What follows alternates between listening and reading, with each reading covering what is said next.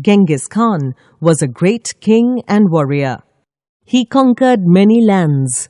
In every country, men told about his daring deeds, and they said that since Alexander the Great, there had been no king like him.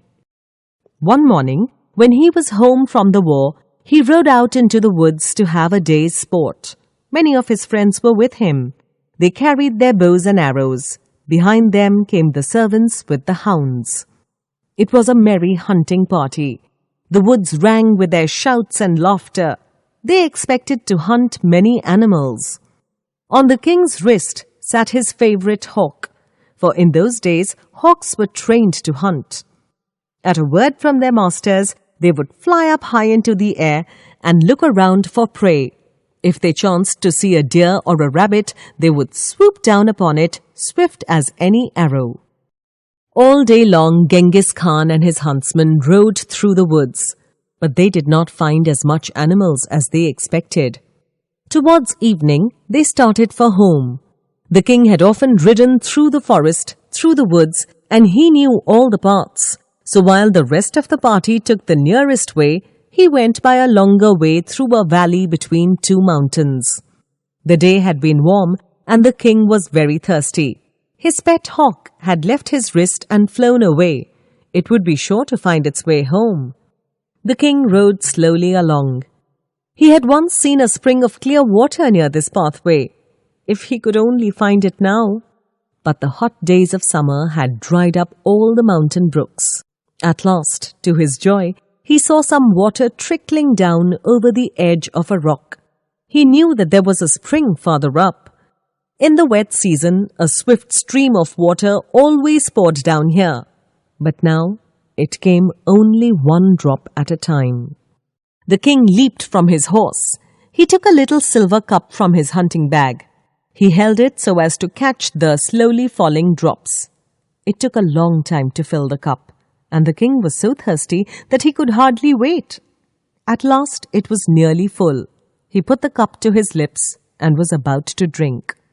All at once, there was a whirring sound in the air, and the cup was knocked from his hands.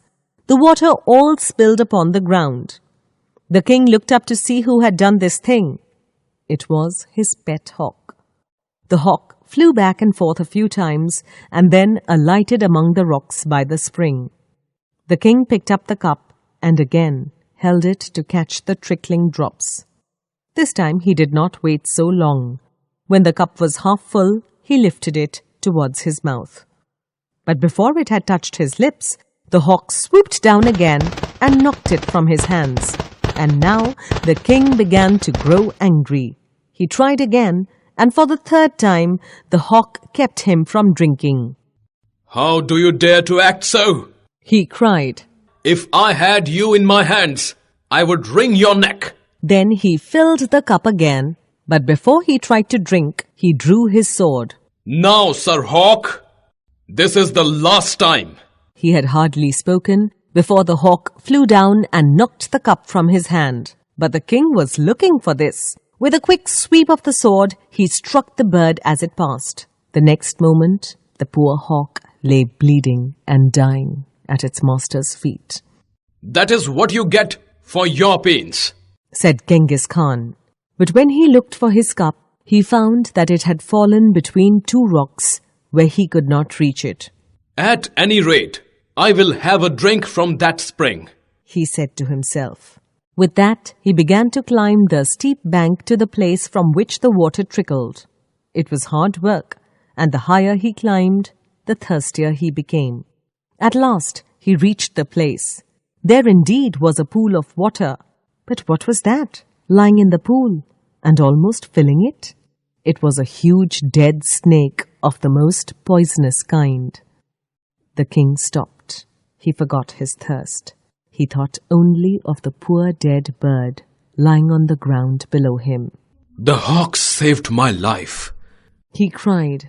"And how did I repay him? He was my best friend, and I have killed him?" He went back to the bank. He took the bird up gently and laid it in his hunting bag. Then he mounted his horse and rode swiftly home. He said to himself, "I have learned a sad lesson today, and that is never to do anything in anger.